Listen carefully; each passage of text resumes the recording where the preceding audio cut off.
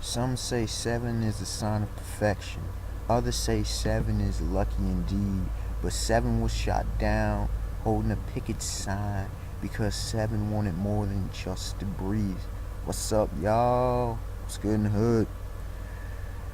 And yes, you see my face again. This is obviously the 7th addition to my top 5 series.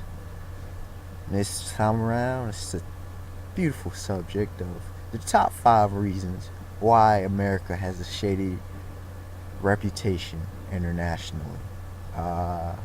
So I know plenty gonna love this, plenty already know, but let me just say it anyway.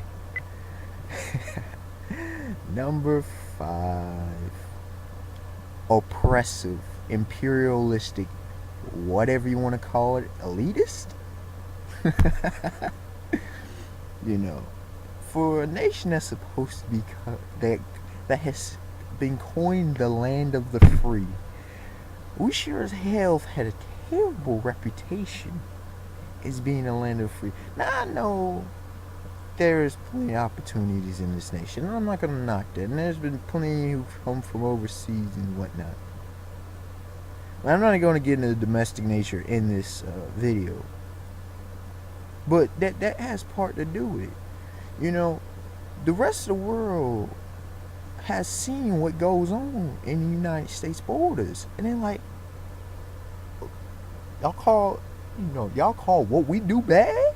We see the violence and other stuff y'all doing, and they see when we send our troops over there. It really started in you may say Korea, but definitely Vietnam, and before even our direct involvement with Vietnam War. We was demanding, the French and other forces, helping back up bad regimes. We've backed up tons of terrible regimes, and then you wonder why you have, why Castro was able to gain power. You know, he turned out terrible, but at first it seemed golden. You wonder why North Africa right now, they call it an Arab Spring, is pissed off about America, because it's not Americans, it's what our government's military industrial complex is. It's the imperialistic mindset. Let me just move on. Number 4, greed. Now, I would argue to say most people around the world don't hate Americans just for being American or something like that. They don't do that. What they hate is our government, the way it displays our lifestyle, our culture, and everything, and what they see. We give them this crap around the world coming from Hollywood and others. Now, there's good stuff we show, obviously, but there's crap that comes. The shows and different things that they see American TV and stuff. They're like, this is what they are. It's like they think of us with food. Some may think we're fat and stuff. Plenty of us ain't fat over here. Most people ain't fat over here. Talking about at least obese. There's a lot of overweight people, but even that is,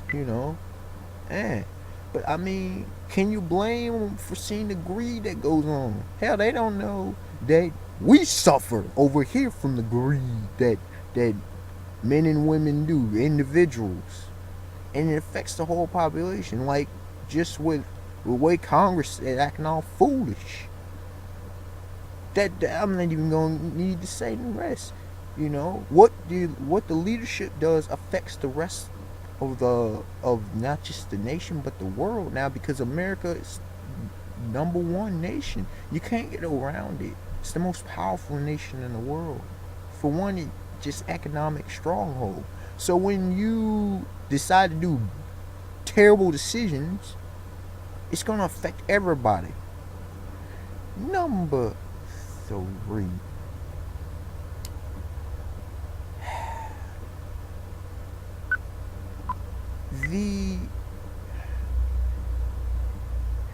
How is this? A materialistic culture that is hypocritical in its very nature. I should say hypocrisy, but I need to clarify the hypocrisy.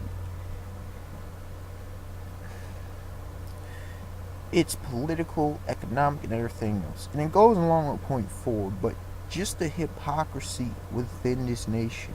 We say one thing, and of course it means another 99% of the time, or maybe 95 if you want to be optimistic. You know, nothing has the direct meaning anymore. Things that meant something even a decade ago are nearly obsolete. You seem like I'm talking. Just think about it. The lies we are told, the half truths growing up. And I've said it before. Growing up, half truths and lies. Oh, you can be anybody you want to be. Yes, you can be what folks let you be. Yes, you can struggle. Sure, there's people who struggle for 40 years at their job, never was able to get a promotion. There's people who broke their backs, they saw nothing for it. This nation was built on slave labor. There ain't no way of getting around it. And I'm not just talking about the slave labor went up into at least the 1940s. Was legally allowed. Check the history on that. At least the 1940s. We got slave labor today. There's says you can be healthy, or the cost of health, when cannabis is it's not a miracle drug, but it can help a lot of people. No, it's illegal because of big pharma. And there's a lot of things. I could point to hypocrisy after hypocrisy. It's just hypocritical, and it's based on the almighty dollar. That's really the main god in this nation. The almighty dollar. I need you to stop. I need you to stop. I'm sorry, y'all. Point two.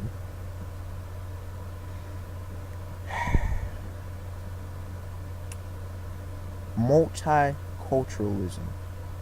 Now, people come across this and paint it as such a good thing, right? But what people need to realize, in the world that we've lived and have always lived, and especially in the last few centuries, there is no such thing as multiculturalism as what people want to believe there is.